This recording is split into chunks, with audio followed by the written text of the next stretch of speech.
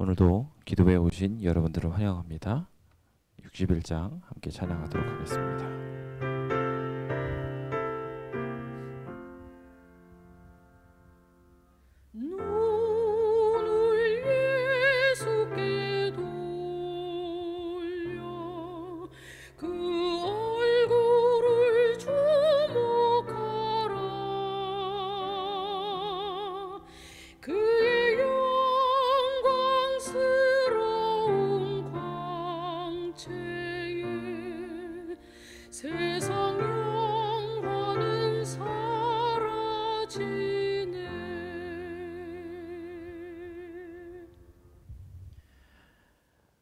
하나님, 오늘도 주님의 은혜를 경험하기 원하오니 저희와 함께하여 주옵소서. 주님을 뵙고 주님과 함께 동행하는 거룩한 하루 되게 도와주시길 예수님 이름으로 기도드립니다. 아멘.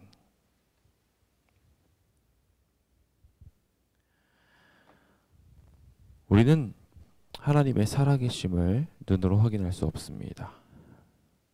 하나님께서 오시는 역사에 대하여 바람이 그 낙엽을 날리듯 영향력을 발견할 수는 있지만 직접적으로 하나님의 얼굴을 뵐 수 있는 이들은 지극히 제한적이지요. 왜 이렇게 된 것일까요?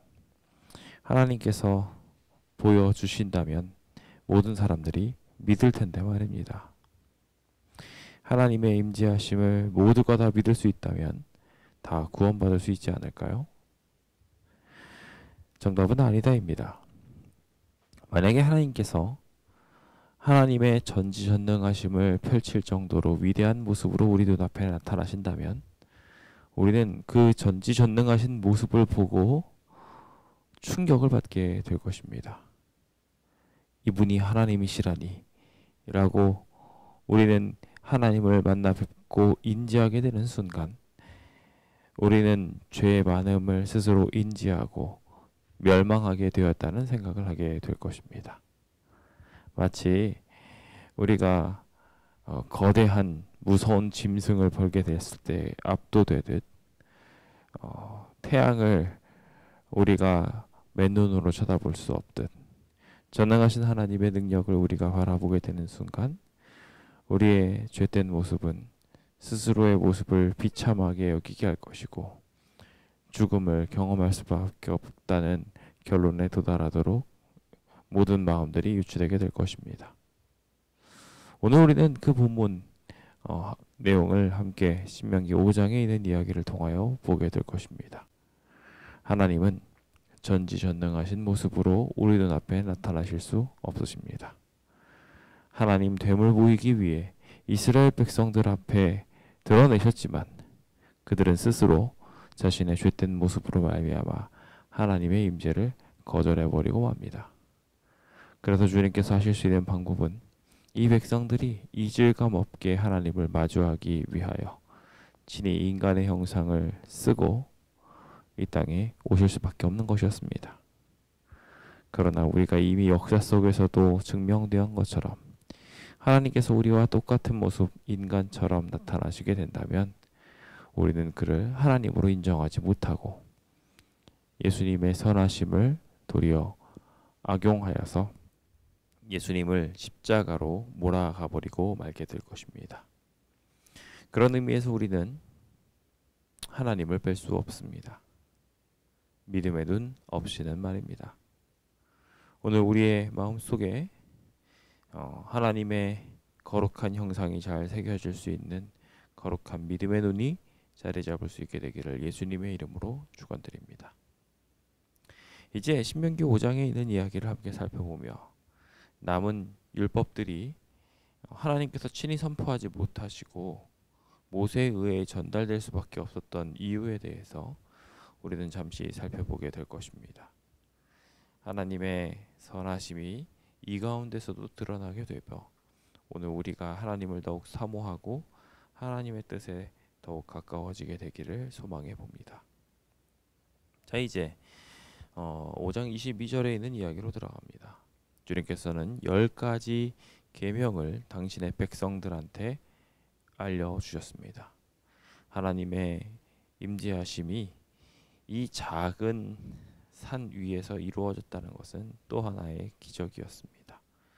사실 하나님의 크심은 온 우주적 사건이기 때문에 그 거대한 기적이 이 작은 산에서 일어나게 됐다는 것 하나만으로도 놀라운 하나님의 겸손이요, 놀라운 하나님의 제어였다고 저는 생각합니다.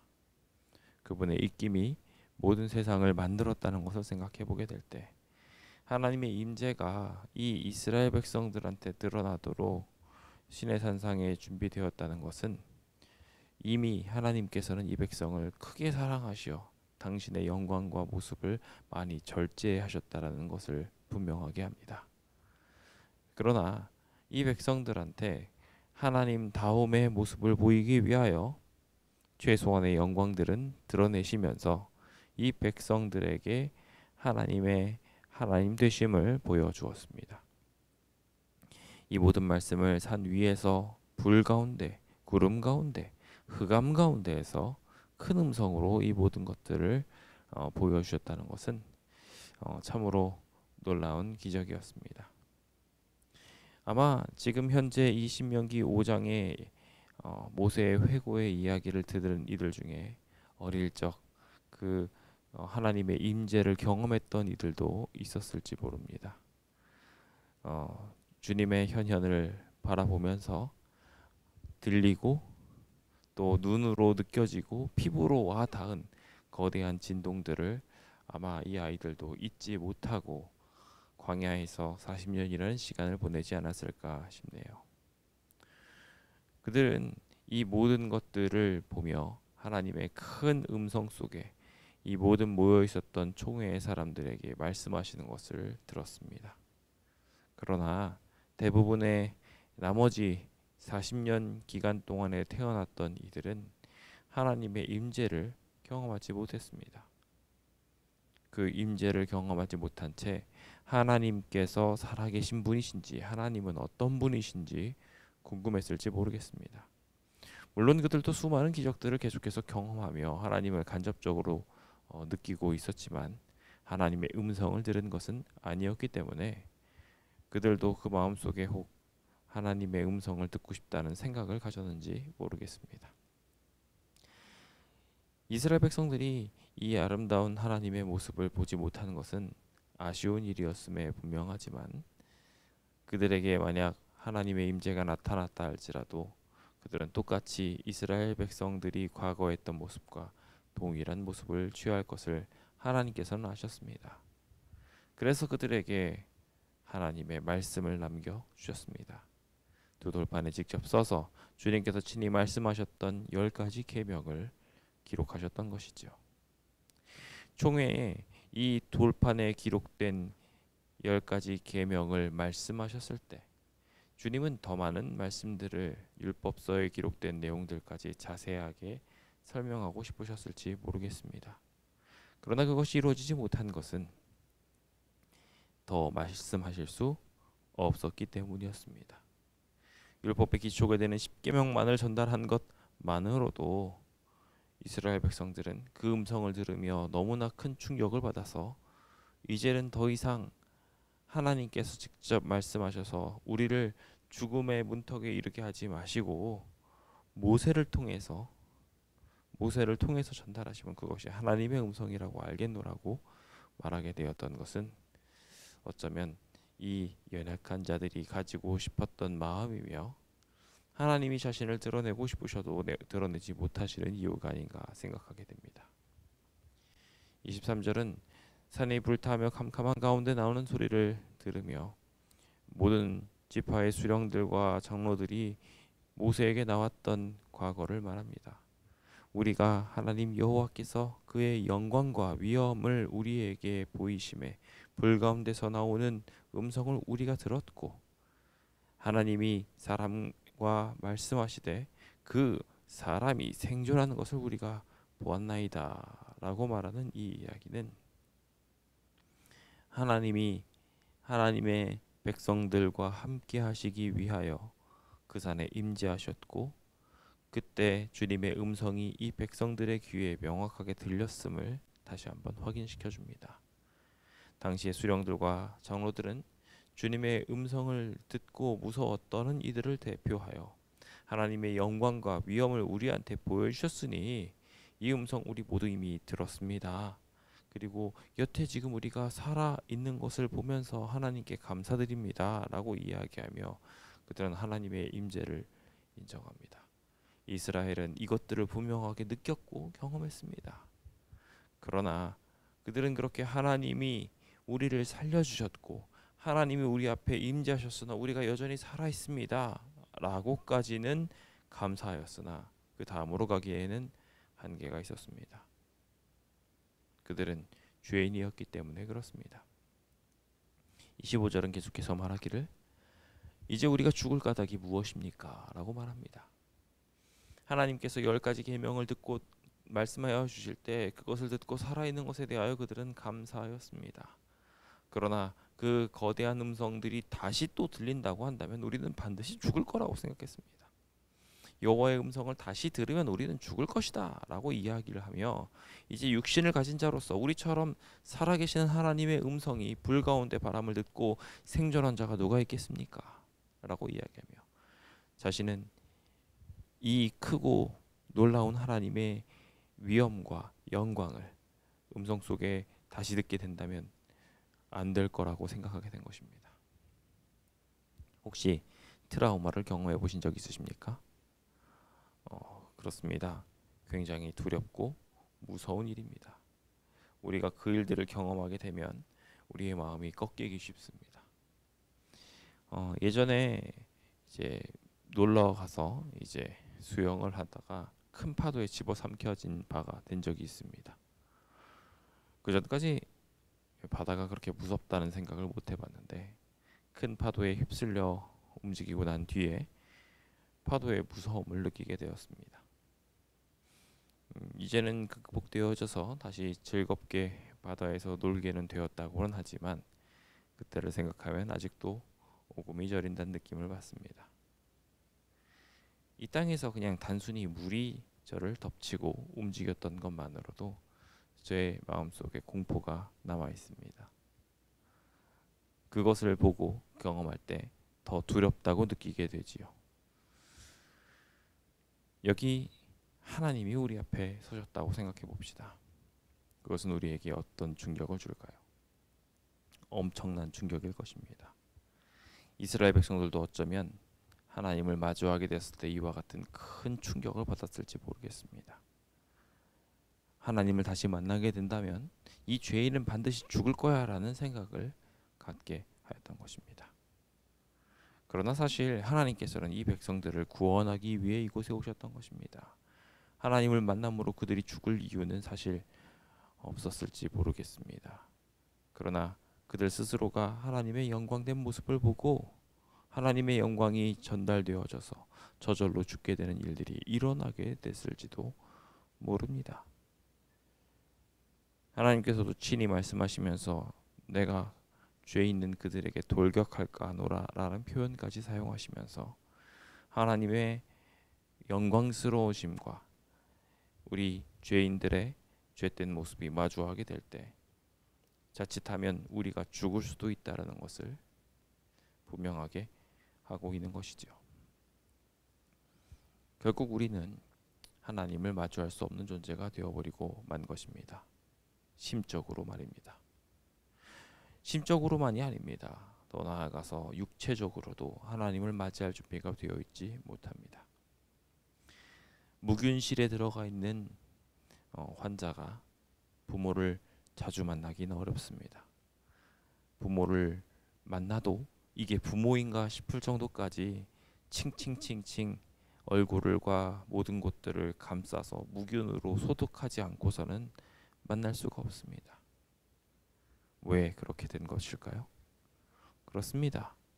그 환자가 균에 노출되게 되면 죽을 수밖에 없는 연약한 존재가 되어버렸기 때문이었습니다. 그 연약한 존재를 부모는 만나고 싶지만 자주 만나게 되는 그 과정 속에 어떠한 작은 균이라도 들어가게 된다면 그 아이는 죽을 수밖에 없기 때문에 부모는 그 아이를 만나고 싶어도 만나지 못하는 상황에 처하게 됩니다. 그래서 우리는 음성으로 듣습니다. 주님이 우리한테 주신 약속들을 들으며 그 약속들이 우리 안에 움직이는 것을 경험하며 하나님이 살아계시다는 것을, 이것이 우리의 부모라는 것을 확인할 수 있게 되는 것입니다. 오늘 우리의 삶 속에 그래서 말씀이 필요합니다. 이스라엘 백성들은 모세에게 요청하여 가까이 나아가서 우리 하나님 여호와께서 하신 말씀을 다 듣고 우리한테 전해달라고 이야기합니다. 이제 더 이상 만날 수 없게 된 그 큰 간격을 이해한 이 백성들은 하나님을 만나기 두려워하였지만 하나님께서는 이 백성들과 다시 만나기 위하여 말씀이 되어 주셨고 하나님의 모든 약속들이 모세를 통하여 우리에게 전달되어지는 일들을 통해 우리 마음속에 하나님을 볼 수 있게 되었다는 것입니다. 믿음의 눈으로 말이지요. 이제 우리는 그 시대의 막바지에 살아가고 있습니다. 마지막 시대가 가까울수록 이 세상은 멸망을 향하여 달려가고 있기 때문에 많은 세상들이 결국 이제 주님 없이는 살아갈 수 없음을 증명하고 있습니다. 하나님의 오래 참으심과 보호하심이 아니었으면 진작 멸망하고도 남았을 이 세상의 모습을 보면서 우리 인간들도 스스로를 향해 멸망을 향해 가고 있다고 말합니다. 주님은 더 이상 이 백성들이 살아갈 수 없는 세상이 된 이 모든 것을 보고 임재하실 것입니다. 그 재림의 영광에 우리는 하나님의 임재하심을 보게 될 것입니다. 그날 우리가 하나님을 맞이할 준비가 되었다면 우리는 기뻐하며 하나님께 영광 돌리며 구원받게 될 것입니다. 우리 안에 말씀이 있고 주님의 약속이 있고 그것이 기쁨이 되는 순간 우리는 하나님을 믿음의 눈으로 만나 뵙게 될 것이며 그것이 반복됨으로 주님을 만나더라도 어떤 오해와 걱정 없이 기쁨으로 맞이할 수 있게 될 것입니다. 우리가 주님의 말씀을 듣고 행함으로 하나님 형상이 익숙해지게 된 것입니다. 그러나 반대로 하나님을 거절하고 끝까지 하나님의 형상과 관계없이 살아가게 된다면 하나님의 영광이 우리 눈앞에 드러나게 될 때 우리는 그 영광스러운 모습을 죄인의 눈으로 볼 수밖에 없게 될 것이며 죄인의 눈으로 하나님을 오해하여 우리를 구원하기에 능하신 하나님이 아니라 너무나도 강력하셔서 우리를 모두 멸하실 수밖에 없는 하나님으로 발견하게 될 것입니다. 재림의 모습을 묘사하고 있는 그 그림 속에서는 죄인들이 하나님의 영광을 바라보고 차라리 돌들아 내 위에 떨어져서 하나님의 저 영광스러운 모습을 가리워다오라고 말하고 있는 것을 보게 됩니다. 차라리 내가 죽는 것이 낫겠다고 생각하게 된 것은 그들의 죄성이 스스로를 하나님과 함께할 수 없는 존재로 만들었기 때문이었습니다. 아담과 하와가 범죄하게 되었을 때 그들 스스로가 하나님으로부터 숨었던 것처럼 죄는 하나님과의 단절을 이끌어냅니다. 이것이 그들이 하나님을 뵐 수 없었던 이유입니다. 모세는 하나님을 만나러 갑니다. 하나님과 더욱 깊은 시간을 보내며 그곳에서 하나님의 살아계심을 계명으로 받아 들고 돌아오게 되었습니다. 하나님은 지금 이 순간에도 하나님을 만나고 경험하고자 하는 이들을 찾으십니다. 우리가 준비되어 있다면 하나님을 믿음의 눈으로 분명히 만나게 될 것이며 주님의 살아계심도 경험할 수 있게 될 것이라 저는 믿습니다. 부디 이 자리에 있는 우리 모두가 그와 같이 하나님의 영광을 마주할 수 있는 사람들이 되어서 주님의 영광스러운 재림의 날에도 기쁨으로 하나님을 맞이할 수 있는 거룩한 주의 백성들 되시길 예수님의 이름으로 축원드립니다. 죄의 단절이 오늘 우리의 삶을 주장하지 않을 수 있도록 함께 기도하며 은혜로운 하루 보내게 되시길 바랍니다. 자비로우신 주여, 오늘도 우리에게 주님의 말씀을 펼쳐 우리와 함께 하시겠다 초청하여 주심에 감사합니다. 하지만 우리는 그 음성을 듣고 두려워하고 불편해하며 주님께서 우리의 삶을 주장하시는 것에 대하여 반감과 두려움을 표현하고 있지는 않은지요. 그래서 어쩔 수 없이 우리가 간접적으로 더 간접적으로 하나님을 만날 수밖에 없는 그 상황에 놓여 있지는 않은지 우리 스스로를 돌아보게 됩니다. 부디 주여, 저에게 하나님의 음성을 온전히 들을 수 있도록 축복 허락하여 주옵소서. 하나님의 임재에 대한 확신을 다시 한번 가질 수 있도록 은혜 더하사 주님이 이 약속의 말씀 속에 분명히 살아계심을 확인할 수 있도록 인도하여 주시고, 그 살아계신 하나님을 만나기 위해 신의 산으로 올라갈 수 있는 믿음의 백성 되게 하여 주옵소서. 참 믿음 생활을 하며 주님 오시는 그날까지 주님의 오심을 고대하게 하여 주시고, 그 고대가 우리의 삶 속에 반드시 이루어져 구원에 이르게 하여 주옵소서. 오늘을 축복하실 예수님 이름으로 기도드립니다. 아멘. 네, 오늘의 말씀을 생각하시면서 함께 오늘도 주님의 임재를 더욱 느끼시는 귀한 날 되도록 기도해 봅시다. 수재 피해를 받으신 분들이 굉장히 많더라고요.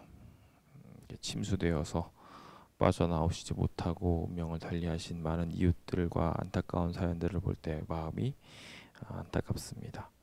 우리 그 이웃들과 그 가족들에게 하나님의 위로가 임할 수 있도록 함께 기도하게 되었으면 좋겠습니다. 물론 이 수재 피해가 더욱 확산되지 않을 수 있도록 아직 많은 비가 남아 있다고 하지만 하나님이 보호해 주시길 함께 기도하면 좋겠습니다. 이번 주는 조합과 합의를 위해 시간을 많이 보내야 되는 때입니다. 조합과 합의가 잘 이루어질 수 있도록 성전의 수호 방법들에 대하여 조합과 일치할 수 있도록 함께 기도 부탁드립니다. 오늘도 우리의 연약한 이웃들을 위해서 같이 기도하며 하나님을 만나시는 귀한 시간 되시기 바랍니다. 잠시 그럼 기도하겠습니다.